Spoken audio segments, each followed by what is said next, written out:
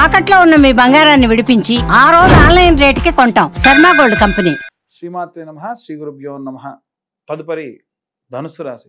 ధనుసు రాశి వారికి సంబంధించి 2025 సంవత్సరంలో మే 2వ వారం తర్వాత నుండి ఎలా ఉండబోతుందనే విషయాన్ని ఇప్పుడు తెలుసుకుందాం. ధనుసు రాశి అంటేనే మనకు కనిపించేది ఏంటంటే విల్లు బాణం. కాబట్టి వీరు ముందుగా ఏం చేసుకుంటారు, ముందుగా సంకల్పం తీసుకుంటారు, ఎలా మనం ముందుకెళ్ళాలని ఆలోచిస్తారు, ప్లాన్ ఆఫ్ యాక్షన్ ఉంటుంది, పర్ఫెక్ట్గా ప్లాన్ ఇంప్లిమెంట్ చేస్తారు. కానీ ఈ నెలలో ఎవరో ఒక వ్యక్తి మీ ప్లాన్ని డిస్టర్బ్ చేయడం కానీ, మీ యొక్క పనులలో ఆటంకాలు కలిగించడం కానీ చేసే అవకాశం ఉంది. ఎట్టి పరిస్థితుల్లో దయచేసి మీరు చేసేటువంటి పనులకు ఎక్స్పీరియన్స్ లేని వ్యక్తులు కానీ, ఎవరైనా మీకు తెలవని వ్యక్తులు కానీ, తెలవని వారిని నమ్మి డబ్బులు ఇవ్వడం కానీ, మీకు చిన్న ఉదాహరణ చెప్తే అర్థమవుతుంది. ఒక మెజర్స్ తీసుకొని ఇంటీరియర్ డెకరేషన్ చేసేటువంటి వ్యక్తి కొలిచే టేప్ పోయిందట, మీటర్.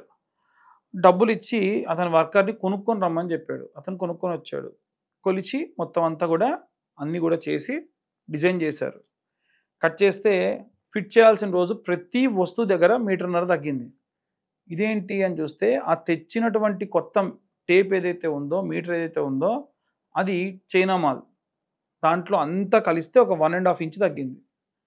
8 లక్షల రూపాయలు నష్టపోయారు. అంటే వాళ్ళు చేసే పని వాళ్ళే చేయాలి, ప్రతిదీ వీళ్ళు మానిటర్ చేయాలి. అలాంటి స్వభావము, అలాంటి తత్వం, అలాంటి పరిస్థితులు ఈ రాశి వారికి ఈ నెలలో ఉంటాయి. కాబట్టి జాగ్రత్తగా ఉండండి. నేను ఇంత క్లియర్గా ఎందుకు ఎగ్జాంపుల్ చెప్పానంటే, చిన్న విషయం వల్ల లక్షల్లో నష్టం వస్తే చాలా బాధపడతారు. చాలా సంవత్సరాల నుంచి కష్టపడ్డ డబ్బులు కూడా పోయే అవకాశం ఉంటుంది. ఎట్టి పరిస్థితుల్లో అలాంటి పనులు చేయకుండా ఉండండి. వీలైనంత వరకు కూడా ఎవరైనా సరే ఏవైనా సలహాలు ఇస్తే దాన్ని ఒకసారి ఆలోచించి ప్లస్ ఏంటి మైనస్ ఏంటి అని నిర్ణయం తీసుకొని తర్వాతకి వెళ్ళండి. ఇది ఒక్కరికి కాదండి. ఈ యొక్క విద్యార్థులకు కానీ, సినీ రాజకీయ రంగాల వారికి కానీ, గృహిణులకు కానీ, చేతి వృత్తులు, కుల వృత్తులు, రైతులు, అన్ని వర్గాల వారికి వర్తిస్తుంది. ఎవరన్నా ఫారిన్ కంట్రీస్కి వెళ్ళాలన్నా, ఎవరన్నా పెళ్లి సంబంధాలు వస్తున్నాయి చూడాలన్నా, ఒక వ్యక్తి వచ్చి చెప్పండి, గుడ్డిగా నమ్మకండి. ప్రతిదీ మీరు ఆలోచించి నిర్ణయం తీసుకోండి. వీలైనంత వరకు కూడా ఈ రాశి వారికి సంబంధించి ప్రత్యేకంగా మనకి గురుతత్వంగా ఉన్న రాఘవేంద్ర స్వామి దేవాలయాలు కానీ, లేకుంటే దత్తాత్రేయ స్వామి దేవాలయానికి వెళ్ళి సందర్శించి అక్కడ పూజాది క్రతువులు చేసుకోవడం కానీ, జపం చేసుకోవడం కానీ, ప్రదక్షిణాలు చేయడం కానీ ప్రత్యేకమైన శక్తిని ఇస్తుంది. అన్ని వర్గాల వారికి సంబంధించి ఎలాంటి రెమెడీస్ తీసుకోవాలి, ఎలాంటి మంత్రపఠనం చేయాలి అనే విషయాన్ని ఇప్పుడు తెలుసుకుందాం.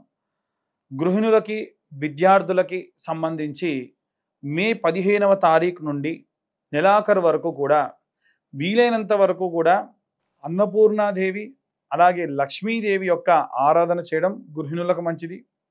వీలైనంత వరకు అన్నపూర్ణాదేవి స్తోత్రము నిత్యం ఒకసారి వినడము, చదవడము ప్రత్యేక శక్తినిస్తుంది.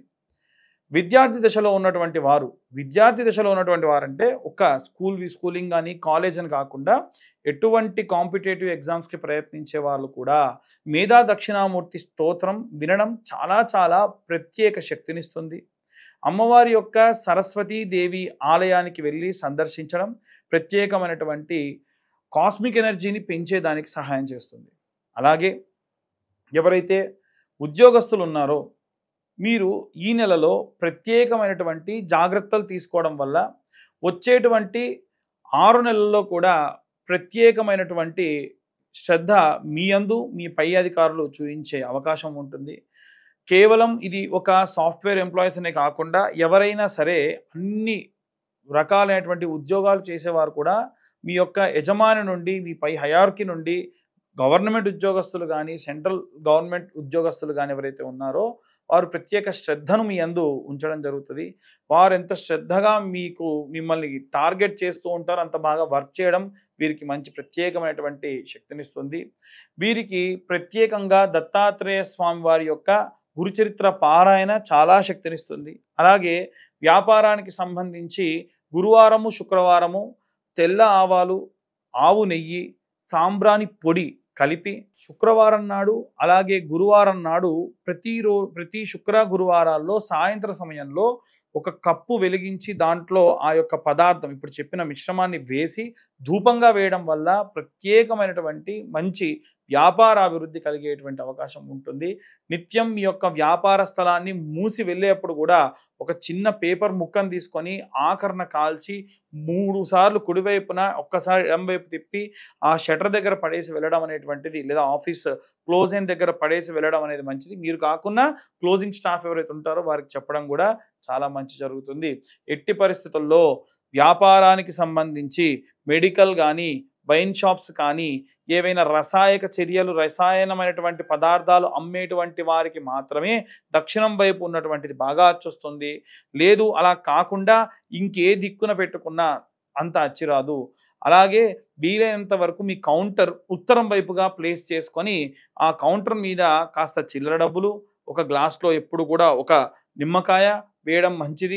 మిరపకాయ, అలాగే పచ్చిమిరపకాయ, నిమ్మకాయ లాంటి వాటిని కుచ్చుకొని దిష్టిగా ప్రతి శుక్రవారం పెట్టి మార్చడం, ప్రతి అమావాస్యకి కూడా ఆ గుమ్మడికాయ మార్చడం ప్రత్యేకమైనటువంటి శక్తిని వ్యాపార స్థలానికి ఇస్తుంది. అలాగే ఎవరైతే సినీ రాజకీయ రంగాల్లో ఉంటారో వీరు యాలకులు లేదా పసుపు కొమ్ములతోని మాలలా అల్లి మీ ఇంట్లో ఉన్నటువంటి రాజరాజేశ్వరి దేవికి మెడలో వేసుకోవడం వల్ల, శ్యామలాదేవి యొక్క ఫోటో పెట్టుకొని ఆమె ఫోటోకి వేసుకోవడం వల్ల ప్రత్యేకమైనటువంటి రాజప్రాప్తి కలుగుతుంది.